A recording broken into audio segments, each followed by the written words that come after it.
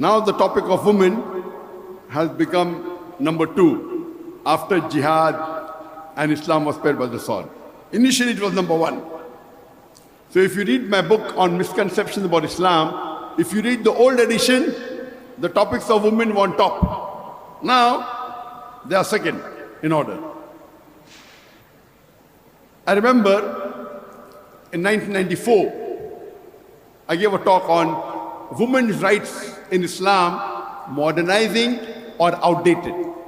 And I remember that was my second big public talk. The first was Quran and Modern Science, Conflict or Conciliation. And this was my second talk in 1994. I'm talking about a big public gathering. And I gave a talk on women's rights in Islam, modernizing, outdated. If you agree with how the Western media portrays Islam, you have no option but to agree it's outdated. But today, let us understand the true women's rights in Islam. Therefore, the topic of my talk today is the true gender equality, an Islamic solution.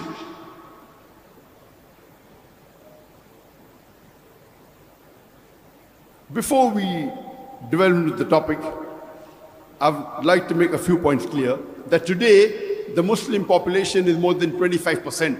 It's about more than 26%. More than 1/5 of the world population today, more than 2 billion human beings today, every 5th person in the world today is a Muslim. But some Muslim societies are close to Islam, while the others are far away from Islam.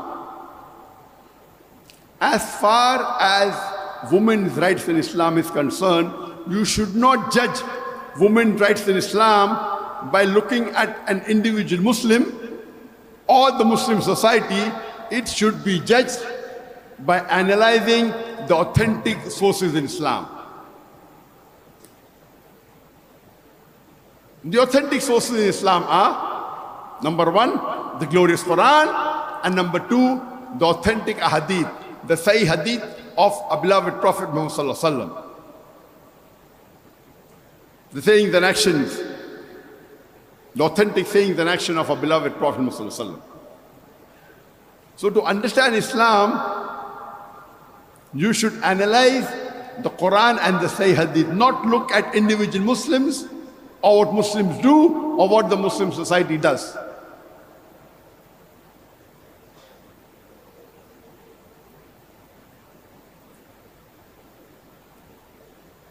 There may be sometimes where scholarly opinions regarding women's rights may differ. And sometimes it's due to quoting some verse of the Quran and neglecting the other verses of the Quran on the topic. If we analyze Quran as a whole, then many a times the reference of one aspect of the women's rights is given somewhere else also in the Quran or in the authentic hadith. Never will the Quran contradict itself, neither the authentic hadith contradict itself, nor would the Quran contradict the authentic hadith. So if we analyze the Quran as a whole, most of these differences, along with the Sahih hadith, they can be resolved.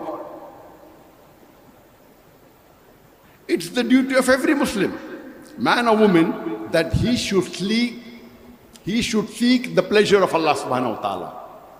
His main test in this world is to follow the commandments of Allah subhanahu wa ta'ala. Seek His pleasure. He should not do it for fame or for popularity or for personal gains.